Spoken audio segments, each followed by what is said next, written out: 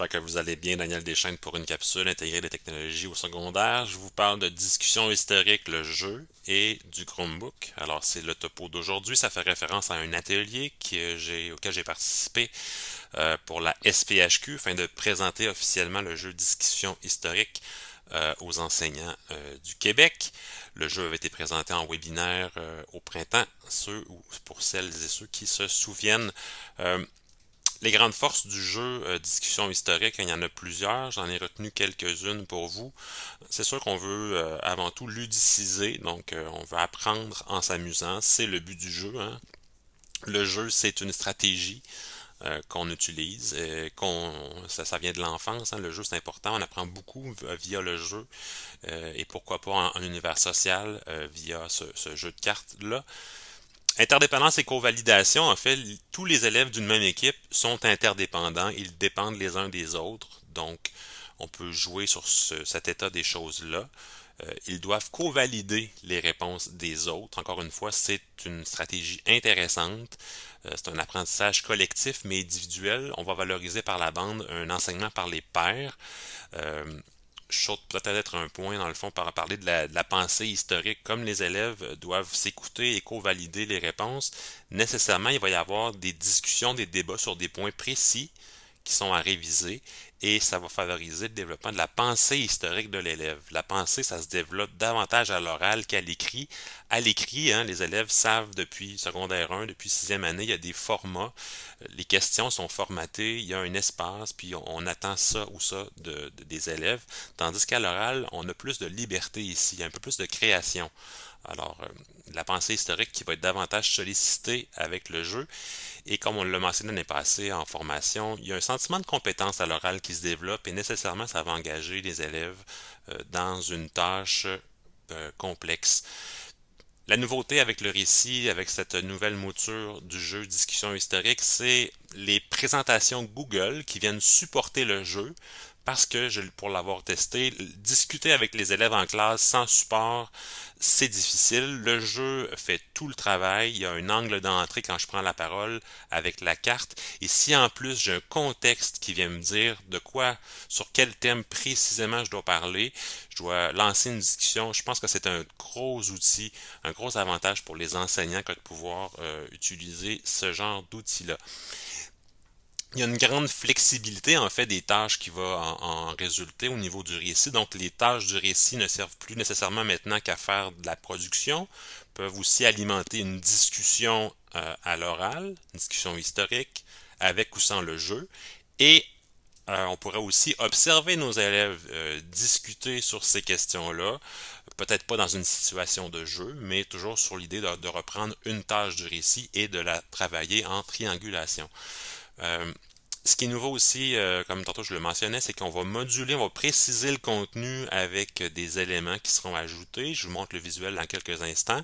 Et justement, c'est un véritable dossier documentaire qui est proposé pour la révision, pour encadrer le jeu, et pourquoi ne pas utiliser les Chromebooks qui sont disponibles dans vos classes avec les élèves, donc pour qu'on puisse faire vivre cette discussion-là, travailler un peu en analyse documentaire, en support avec le Chromebook. Donc ça ressemble à ce visuel-ci.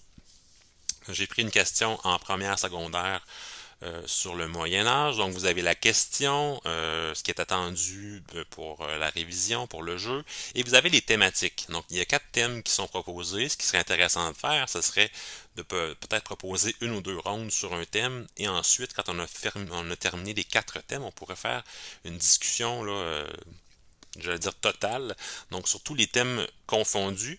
Et ce qui est intéressant, c'est que justement, il y a des documents que je propose, que le récit propose, c'est pas moi qui le propose, en support. Ces documents-là viennent, en fait, si vous les allez sans doute les reconnaître, ils proviennent des tâches qui sont dites en production du récit pour chacune des années dans lesquelles elles s'inscrivent. Donc, on a ici l'organisation sociale, la pyramide social, tout ça. Vous avez la hiérarchie, vous avez l'Église. Donc, c'est un support visuel. Je pense qu'il va savoir trouver son compte dans votre classe, dans le déroulement du jeu. Donc, le jeu peut peut-être s'inscrire dans une plus longue perspective si il en vient en fait à à réaliser les apprentissages que l'on aurait peut-être plus fait finalement à l'écrit. Donc, c'est vraiment une belle option que de le travailler à l'oral. Et à la fin, on a une espèce de mise en commun sur une espèce c'est une révision. Donc, ce sont les principaux éléments qu'on aurait pu avoir trouvés.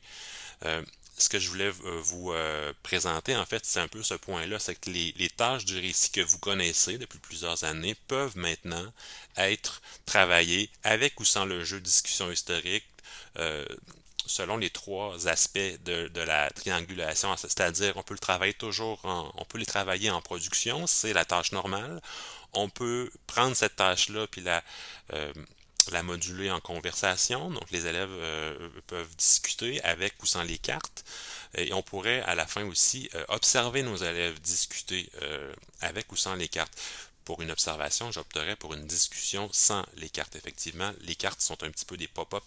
Donc, mais quand même, si vous allez là-dedans, c'est possible de le faire simplement avec un pad, des équipes qui sont déjà faites, puis vous avez 4 niveaux de compétences sur une composante. Ça se travaille. Bref, j'espère que cette tâche, ce topo vous a plu, puis je vous réfère au site du récit. La section en fait sur la discussion historique. Donc, vous tapez en fait quand vous vous connectez, jeu discussion historique, vous avez les ressources, vous avez le jeu à imprimer, donc les cartes à jouer en version PDF, et les diaporamas. Et le document qui est vraiment intéressant,